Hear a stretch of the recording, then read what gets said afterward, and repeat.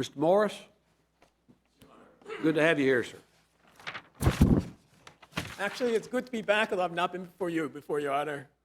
May it please the court, it's still morning. Good morning to each of you. I'm John Morris. I represent Marie McCray, the appellant in this particular case. Ms. McCray, who happens to be seated in the courtroom back there, is a long-time Maryland employee. In October 2009, Maryland eliminated her position. She believes that the administrative actions that led to her being identified as a candidate for having her position abolished was based upon her race, her age, her disability. And she brought, the end of 2011, an action in the district court. The first pleading filed by the State Department, the Maryland Department of Transportation, Maryland Transit Administration. Now, those are the only two defendants? Yes. The Department of Transportation and the Transit Administration. They run the trains? Excuse me? They run the commuter trains or something? That's it. That's it. It's a modal of the Maryland Department of Transportation. Ms. McCray was a long-term employee of the Maryland Transit Administration. Okay. The combination of those two parties are the employer here. And who's the culprit in this? It's her boss? The culprit is the Deputy Director, Michael Dept, who was that was her supervisor? Second-line supervisor, I believe, who began having interactions with her that related to her disability. She believes also involved race. And Mr. Dept also was a person consulted regarding the decision around cutting. Now, there was more to this action that the allegations of the lawsuit involved. That among the things that Mr. Dept did was, about a year before the position was abolished, he removed the duties that Ms. McCray had handled for some number of years up to this point, and gave them to someone else, which left her in a position of having very little to do in an area where everyone was overburdened. Is that before or after she got the diabetes and passed out? This was after she got the diabetes and passed out. And the issue here is whether or not the abolition of her position can be an adverse employment action that enables her to complain about, among other things, Mr. Dept's actions. Now, you're suing under the ADA and suing under the ADA, Title VII? Age Discrimination Act, as well as Title VII. But there's no 1983 case here. There's no 1983 case there. What we basically had in response, I think, as I'm sure the court has seen in reading the briefs, is an assertion of legislative immunity because the state had decided, because of a budget crisis, it wanted to eliminate positions. And Mrs. McCray's position was among the positions eliminated. According to the record, there appears to have been about, I believe, 23 or so positions that were occupied of the some 60, I believe, that the Department of Transportation abolished. At least Who abolished them? It was abolished by the employer, the Maryland Department, the employer, the Maryland Department of Transportation and the Maryland Transit. Who made the decision to abolish these positions? Well, ultimately it was decided by a decision maker, would have been the administration of the department. Now, Mr. Dept was someone who advised regarding who should be cut. Well, who was in the legislature? Well, the decision made for the application of this particular immunity was a decision was made by the legislature to cut the budget. They left it to the executive, at least portions of the executive, to decide what was to be cut. Now, did the legislature adopt an act? They didn't make any decision. Well, as it has been applied by the... That you know of, has anybody got a citation to anything they adopted? Well, I'm sure that the attorneys for the state will be able to answer that particular question, but what the district court did was to accept certain actions of the executive as being consistent with a legislative duty around the budget. So is it fair to say that everything was done here was by an executive, somebody in the executive branch of the government? Or do you know? It has been alleged that. I know you claim that you didn't have good enough discovery. That's correct. You may not know everything. I don't know everything about that. But what they have is legislative immunity, and there's some principles of law that people aren't in the legislature in certain instances can be accorded legislative immunity if they tie it in right. But I'm just trying to figure out what you say they didn't do to tie it in. Well, what we're saying is that there are certain actions that we're complaining about that aren't legislative at all. Mr. Deeds didn't have anything to do with the legislature. That's what we're saying. And who was his boss man? Well, his boss would have been the administrator for the Maryland Transit Administration and the Secretary of Transportation. Who worked for who? The governor? Who worked for the governor. The secretary worked for the governor. That's correct. And there was a Board of Public Works in here somewhere. Yes, the Board of Public Works had to approve the cuts that were made. And who's on the Board of Public Works? The Board of Public Works would consist of the governor, the comptroller, and the state treasurer. And who's the controller? How's he get elected? Oh, he's elected by the state of Maryland, by the people. He's elected by the voters. That's correct. Ah. Governor's elected by the voters, the state legislature is an appointed official. Serve in the legislature. Yeah, and I've got no allegations that they did anything wrong. My concern is Mr. Deeds. Well, you didn't sue him. You didn't sue the Board of Public Works. No, I did not. And you didn't sue the governor. I simply sued the employer. You didn't sue any individuals. That's correct. That is, generally speaking, consistent with the law of Title VII. What we have here is the Department of Highways, or the Department of Transportation, and the Transit Authority have legislative immunity. That's the argument. Now, That's the holding of the district judge. That's correct. That's the ruling. That's the ruling. The question is whether the ruling is correct. That's right. But they say in the alternative, even if they don't have a legislative immunity, they got sovereign immunity. Well, that's only as to certain claims that would relate to the age discrimination and the disability discrimination. However, there is available federal authority under the Rehabilitation Act of 1973 for which there is no sovereign immunity. So the sovereign immunity wouldn't get them out of everything. Certainly wouldn't get them out of Title VII. And it wouldn't get them out of possibly the Rehabilitation Act of 1973, which are based upon the same factual allegations, essentially. So that they also say that the complaint fails to state a claim upon which relief can be granted. Well, again, there are allegations that there was discrimination. There are allegations of what happened, and the contention that really this court has to consider is, has a sufficient showing been made under Rule 56D to allow Ms. McCray to secure discovery to get the facts, to highlight those special activities that this court has identified as not being subject to legislative immunity. And I'm referring to the Washington Suburban Sanitary Commission case and the decision of Judge Wilkerson from 2011. In that decision, when faced with a subpoena from the EEOC, Judge Wilkinson identified areas where the defendants, at least the respondents, the Washington Suburban Sanitary Commission's assertion that the subpoena should be quashed was overly broad.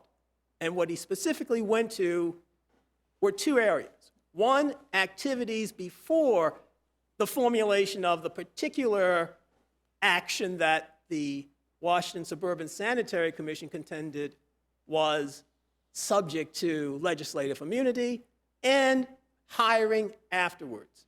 Do you know what did the Board of Public Works observe any formal legislative procedures when they did what they did? I cannot speak to that. Again, as I say again, my concern is Mr. Deets, and that Mr. Deets' activities fall within the purview of Judge Wilkinson's decision. That Judge Wilkinson identified that the EEOC might have been looking at issues of training prior to the reformulation of the department that was the focus of the application of legislative immunity. And because that was present, Judge Wilkinson concluded that the EEOC at least had the authority to pursue its investigation as to those non-legislative activities. In this case, we have a situation with Ms. McCray, where Mr. Dept made a judgment about removing from her duties that she had for a long term performed, which left her vulnerable to the kind of budgetary cut we're looking at. And if, in fact, that action were motivated by race, and we contend it was. Well, they say, I think I'm talking about the other side and the judge, that legislative immunity protects them even if there was a discriminatory animus. Well, that's not what I am saying. What I am saying is if what Mr. Dept did before the legislative decision was what he did, he bears no protection by any legislative immunity according to Judge Wilkinson's decision in the EEOC versus Washington Suburban Sanitary Commission case. And that's what we're contending. You just want us to send this back for discovery? That's correct. That's all that I'm asking for. We contend there were acts before the budget cut. There were rehires of people after the budget cuts. We're not contending, and I think this is an interesting case, it's just not this case, that what was done with the budget cuts expressly was intended for this purpose, and it was done so by the legislature, the governor, and there may be some instances where that might happen. It might have happened in the past, and it might happen in the future. It's not this case. Our concern is Michael Dept. Michael Dept was a supervisor who, for the events we're concerned with, was acting as a supervisor, not an adjunct to the legislative process. You're not trying to protect anybody other than your client in connection with this reduction? For this particular appeal, the only client I'm representing is Ms. McCray. Okay. There are 3 other persons who are in various postures in the District of Maryland who have similar concerns on facts which are separate and identifiable for them, but it's based upon the same principle. If, in fact, what they're contending their employer did was what employers do all the time, unrelated to any desire to address a budgetary issue, that is subject to Judge Wilkinson's decision. And Judge Wilkinson's decision... Judge Wilkinson, I think you like Judge Wilkinson's case pretty much. Well, not only do I like his case because he rules the way I'd like him to rule, but it makes sense. And it makes sense in this way. It says that not everything is about budget cutting. Sometimes malefactors do things outside of that process. And to the extent they do, the protection of legislative immunity ought not apply. Judge Wilkinson looks at litigation and he says something which I think makes a lot of sense. He says that litigation by its nature features dark and bright sides of the moon. Sounds entertaining, but sounds like it's a lot of dicta. That's what they're probably going to say, that what you're up here is arguing a bunch of dicta. No, it's not. As far as this particular case is concerned, this is what the case is about. This is the rule of that decision. The decision went to the scope of how an EEOC subpoena would apply in the face of the same assertion of immunity that's made in this case. And in the face of that same assertion of immunity, Judge Wilkinson identified certain areas where it is the job of this court to delineate what's covered by the privilege and what's not. And for him, events that occurred before the formulation of a budget determination aren't covered by the privilege. Events that occurred after the delineation of a budgetary decision aren't covered by the privilege. And for this particular appeal, that delineation, which is the basis for Judge Wilkinson's decision, was not performed in the district court. And we're asking that the case be remanded back to the district court so that delineation, that's the basis for the decision in Judge Wilkinson's EEOC case, be performed. And that requires that this case be vacated and returned back to the district court. Thank you, Mr. Morris. Ms. Katz, good to have you here. Thank you very much. Good morning, Your Honors. May it please the Court. Jennifer Katz on behalf of the Maryland Department of Transportation and the Maryland Transit Administration. Just would like to clear up briefly some of the history that came before this fiscal year 2009 budget cuts. And that was that in late 2008, the state was facing an extensive budget gap of over $450 million. And the governor of Maryland reduced the state's budget appropriations in accordance with his statutory authority to cut unnecessary expenditures from the budget with the approval of the Board of Public Works. This is in Section 7-213 of the State Finance and Procurement Article. And this, the way that Maryland interprets this statutory authority is that it is akin to a legislative enactment. And the Maryland High Court has interpreted this type of action as legislative in nature. So the governor and the Board of Public Works did all this, Well, and the legislature did nothing. the legislature was not involved. Is that right or wrong? That's correct. All right. This is one method of budget making under Maryland law. There I just are want to make three sure ways. there's nothing here we're talking about that was done by the legislature of Maryland. That's correct. Not a single thing was done by the legislature of Maryland. The General Assembly. What you're trying to do is keep legislative immunity for the defendants here in the context of that. Well, that's right. We got to figure out whether you're stretching it too much.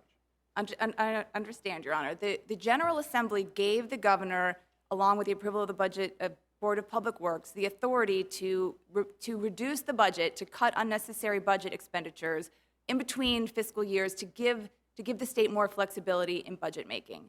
And so that's what the governor did here. And as this type of budget making has been interpreted by the Maryland High Court, this is legislating. This is budget making. Is that binding on us? What Well, they say? that's not binding on us, but in Baker versus Baltimore, this court identified the elimination of a government position as a uniquely legislative function. And in Bogan versus Bogan, The elimination of a government position by whom? by anyone. And By that, the legislature, or in that case, was it by the legislature or by some executive? it was actually by the Board of Estimates. It was the Baltimore City's Board of Estimates. It was this very similar type of, action that occurred here. There, the mayor had to identify budget cuts. She asked the city agencies, just as here, the governor requested, sent out a demand to the state agencies to identify 5% of cuts in the budgets. In the Baker case, similar type of thing, the mayor did the same thing. Then there were recommendations from supervisors from the city agencies, and it was the mayor then sent the proposal to the Board of Estimates, just as here, the governor sent the proposal to the Board of Public Works, and the Board of Estimates approved it, just as the Board of Public Works did here. And in Baker versus Baltimore, this court did apply legislative immunity because it said that. Is that our case? Yes, that's 894 F. 2nd at 682, as Judge Hall wrote that opinion. I know the case you're talking about. I know the one Judge Hall wrote. I just didn't recognize the name. And then also, just last year in Kensington Volunteer Fire Department versus Montgomery County, which is at 684 F. 3rd, 462, this court held that people who propose, assist, or advocate for budgetary action are entitled to legislative immunity. And in that case, this court afforded legislative immunity to a county executive and a fire chief who proposed eliminating funding for 20 local fire rescue department positions, all of which were filled. And what the court said was, this is not like the hiring or firing of a particular employee. The removal, the elimination of a state or a city position is prospective in nature, it is legislative in nature, and therefore legislative immunity attaches. And that follows from the Supreme Court's case of Bogan, where a small-town mayor in Massachusetts targeted a woman for to eliminate her position from the budget based on, the First Circuit had found based on her race and based on the exercise of her First Amendment rights. And what the Supreme Court said was, we look first, the first question we answer is, was the action here legislative in character? Was it legislative in nature? And they said budget making is quintessential legislative function. And when that occurs, we then don't go delving into what the motivations were any of the decision makers. So it is your position then that if they if you have a reduction in force that specifies a position, they could do it for any otherwise wrong reason. Well, that's what Discriminatory, but you could do it solely on the basis of race, purposeful, and it would be protected by the legislature, by the legislative immunity. That's your position. That is, and that's going to be hard to sell to a lot of us. Well, I mean, you're trying to stretch things. But that's what the Supreme Court did You in take Bogan. that same principle and resegregate the schools. No, well, but this is what the Supreme Court did in Bogan versus Scott Harris, which is found at 523 U.S. at 54. In that case, the mayor of a town wanted to get rid of one of the city officials and proposed a budget eliminating her position, and the First Circuit found that they had targeted her because of her race and her exercise of her First Amendment rights. And what the Supreme Court held in Bogan was that you don't go to the motivations of the decision maker, you stop at whether the activity was legislative in nature, and budget making is legislative in nature. Now, there was no legislature here that voted to fire Ms. McCray. It was the governor working in And the governor didn't vote to fire Ms. McCray, and the Board of Public Works didn't. No, that's not They incorrect. designated some position as a result of her being identified, fingered by Mr. Dietz. Well, I think that's an He incorrect identified reading her. of the record. And they alleged that he had been treating her bad for a year before that. That because after she passed out, he wanted her to quit, and she wouldn't quit, and he took all of her jobs away from her and all that stuff. And then when they came around and needing to have this reduction in force for budget purposes, he identified her to his boss at the transportation department as a person as a position we just ought to eliminate. That'll take care of this problem. Well, what happened, this is really We got to look at this in the light most favorable to her. I understand. You but read all that. It's undisputed. It's undisputed that what happened with the fiscal year 2009 budget cuts is that... It's not undisputed what happened with respect to how they came about. Well, what did they do that supports the proposition, as Judge Wilkinson said, that what they did bears the outward marks of public decision-making, including the observance of formal legislative procedures? What did they do that? Was the meeting of the Board of Public Works open to the public? I'm not sure... And did they keep a record of it? Was she discussed? Go ahead. No individual people who filled these positions were discussed. It was an agenda item with the Board of Public Works. It was an agenda item before the Department of Budget and Management. That was the first group who sort of sent the list of recommendations on to the governor. Was she identified by name, just position? By the time that the list got to the governor, I believe that all of the names and other identifying information, aside from the PIN, the sort of personnel number, had been removed. But what happened in this case was that the state was facing a large budget deficit. The governor I understand all that, and we're not going to argue with the fact that it's commendable that they're trying to save the public money. It's just a question of whether they have to observe some standards of decency and comply with the Age Discrimination Act and the EEOC and the Rehabilitation Act in doing so. Well, with all due they don't sue the Board of Public Works or the No, in governor fact, or the legislature. And Mr. Morris, I think, mischaracterized things slightly by saying that it was the state agency that abolished her position. The state agency did not abolish her position. The state agency has no authority to do that. State agency, when you refer to the state agency, you're referring to? Defendants, the Maryland Department of Transportation and the Maryland Transit Administration. Well, the With state those- agency recommended they- the position they be made abolished. Yes. They exactly. recommended it. They made They identified recommendations. her as a position that could be slashed. They recommended her And position what's the be motive abolished. behind that? And you say we can't get to that because we can't, Well, that he can't start at an allegation of discrimination because you got to go to the top and find out whether it's legislative or not first. that's right. That's what this. But we know legislature. We know, first of all, in the common parlance, that the legislature had nothing to do with it. Had absolutely nothing to do with it, because then you got to say, well, the Board of Public Works is an arm of the legislature, or part of the legislature, and the governor's part of the legislature, and they're the ones that really did it. But they aren't sued either. Well, then I don't know how you even if they wanted to plead legislative immunity, they aren't even in here to do it. Well, with Baker versus Baltimore, which is binding precedent in this court, this court applied legislative immunity to the city of Baltimore's Board of Estimates. That's not a legislature. That was just The like. Board of Public Works is not in the case.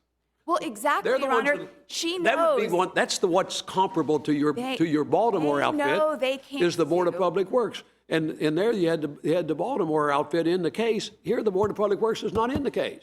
And exactly, If they were here, Your they Honor. could plead legislative No, immunity. exactly, Your Honor. They can't. They know they can't sue the ultimate decision maker in this case because they conceded in their brief that was protected by legislative immunity. The ultimate fiscal year 2009 budget cuts were protected by legislative immunity. So what they want to do is, and Mr. Dept is deceased. He has been deceased since this lawsuit was filed, and I'm assuming that's why he was not sued in any individual capacity. But what they want to do is tease apart the fiscal year 2009 budget-making process and say when the recommendations got to the governor's desk, they became budget-making. But prior to that, it was administrative employment activity, and that's just not what the cases support.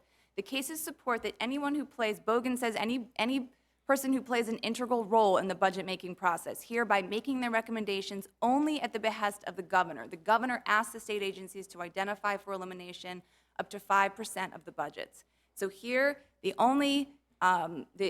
governor initiates this process. There's really no question in this case that the governor and the Board of Public Works would be entitled to legislative immunity. That's why they haven't sued them. But they aren't sued here. That's why they So haven't what are we sued arguing them. about this for? We're trying to Because what they're figure out trying whether to- she can they're get trying past to tease out- they're trying this to tease legislative apart immunity this claim and get to her process. case. Well, it doesn't really make sense when you're trying to close a budget gap to say that the governor, some portion of the state is immune based on legislative immunity because this is budget making, but another arm of the state is going to have to defend over 350 lawsuits. That's the difference between legislative acts and executive acts. Executives are protected by qualified immunity. But the Supreme Court... Legislators and judges and prosecutors and presidents are protected by absolute immunity. But if I There's a different kind of immunity. If I can point you to the Supreme Court... The other folks, Supreme Court disagrees with you, Judge Mr. King. Deeds and those people could claim qualified immunity or sovereign immunity. You throw that in here. They got sovereign immunity. Maybe they do. King,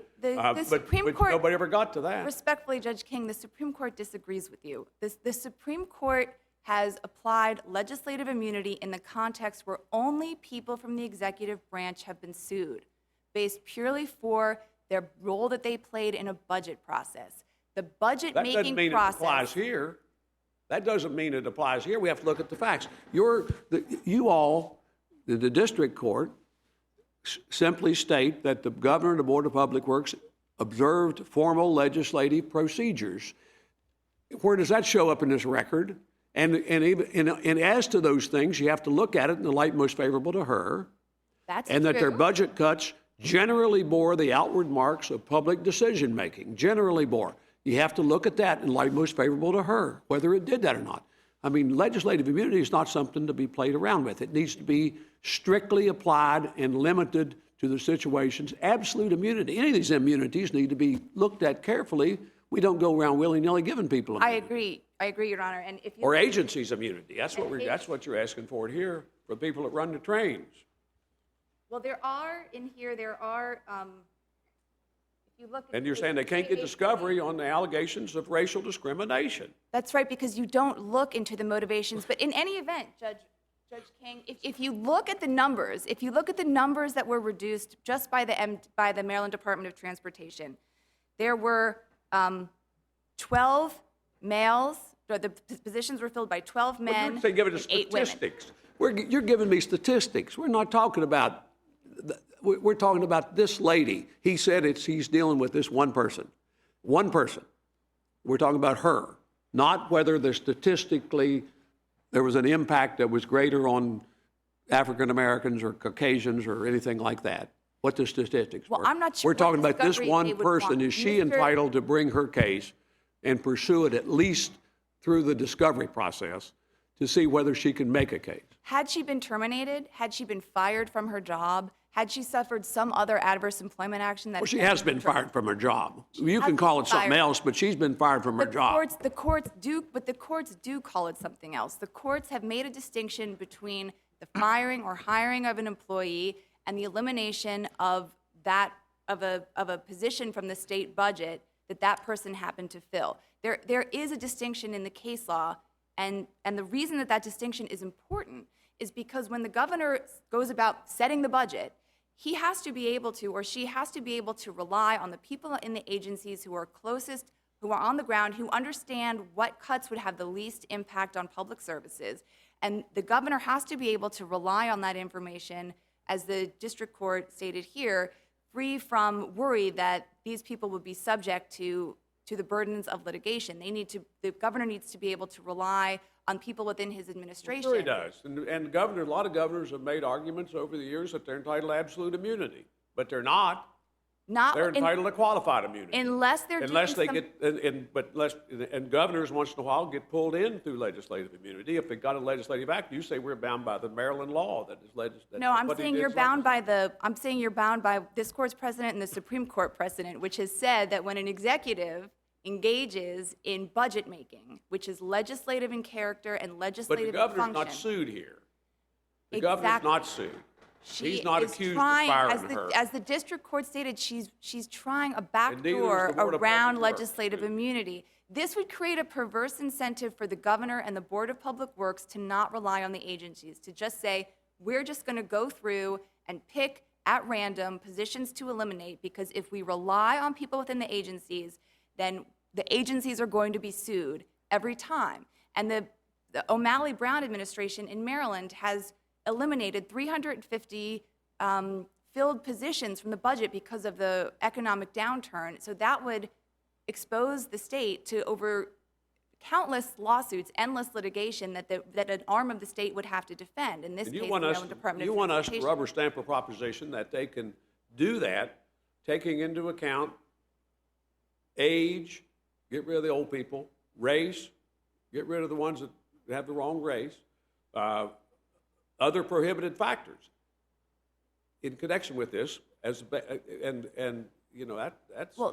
really stretching this legislative immunity stuff. Judge Wilkinson's opinion in EEOC versus Washington Suburban Sanitary Commission supports that finding. In that case, there was a restructuring of the IT department within the Washington Suburban Sanitary Commission, and there was the people who lost their jobs during that restructuring brought age discrimination lawsuits. Well, I like what Judge Wilkinson said about it. I mean, we got to be careful.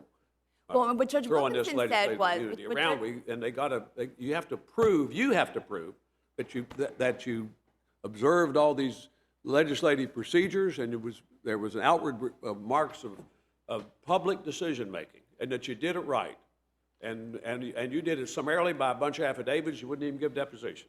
Well, Judge King, if you look to page J, the Joint Appendix at 43 and 44, there is the Board of Public Works meeting agenda summary. I'm sure there are. There agenda summary. That's right. I think it would be that's a place to start. But what they need to be looked at if we're going to accord legislative immunity to people down the line who don't have anything to do with the legislature, in layoffs that had nothing to do with the legislature. In Maryland, this is quintessential budget making. This carries the exact same force of law as if the General Assembly adopted the governor's budget. In Maryland, the governor is the one who is principally responsible for budget making. He either submits a proposal to the General Assembly that the General Assembly can adopt or strike from, or he takes this sort of procedure where, with approval from the Board of Public Works, they reduce unnecessary expenditures from the budget. The General Assembly has given the governor that authority. That authority has never been undermined. And here, what the governor was attempting to do was solve the state's looming fiscal crisis. that sort of activity is entitled to legislative immunity protections. Well, the government and got sued. another reason that this case that legislative immunity should apply, and I say I have 10 seconds, is because there would be no way to identify what all the proximate causes were of this woman's job being eliminated without having to include in the discovery the ultimate decision makers, the people at the Board of Public Works and the governor. And in this, also in Baker v. Baltimore, this court stated that risk is too great. We will not allow that. Legislative immunity attaches. This case is just like that one, and this court should affirm the judgment of the district court. Thank you very much. Apologize for going over. Thank you, Ms. Katz. Thank you. We appreciate it. Good job. Thank you very much. Mr. Morris? Thank you, Your Honor. I left my pen up here. I'll bring it, take it with you. I won't leave you any gifts. Let me add that we are only asking that you take a look at Judge Wilkinson's decision because we think it helps you address the kinds of issues that Ms. Katz was raising. In the sentence before the one I think you quoted from his opinion, Judge Wilkinson says, calling the activities that the modified subpoena asks or at least seeks to investigate here, and he quotes from Bogan, integral steps in the legislative process, then he offers the judgment, which I think is the judgment we're asking this court to render. Would at least on our present state of knowledge expand legislative privilege beyond its proper bounds. We're just asking that those bounds properly be set. What we're further asking is that those bounds properly be set with discovery to provide a factual record for doing so. Our focus, as was the properly modified EEOC subpoena, is not what the governor is doing, what the governor is intending, or what anybody other than Mr. Dept did. And the focus is not so much what he recommended regarding the budget, but what did he do before he recommended that rendered that recommendation an adverse employment action? What was done after that recommendation that rendered it an adverse employment action?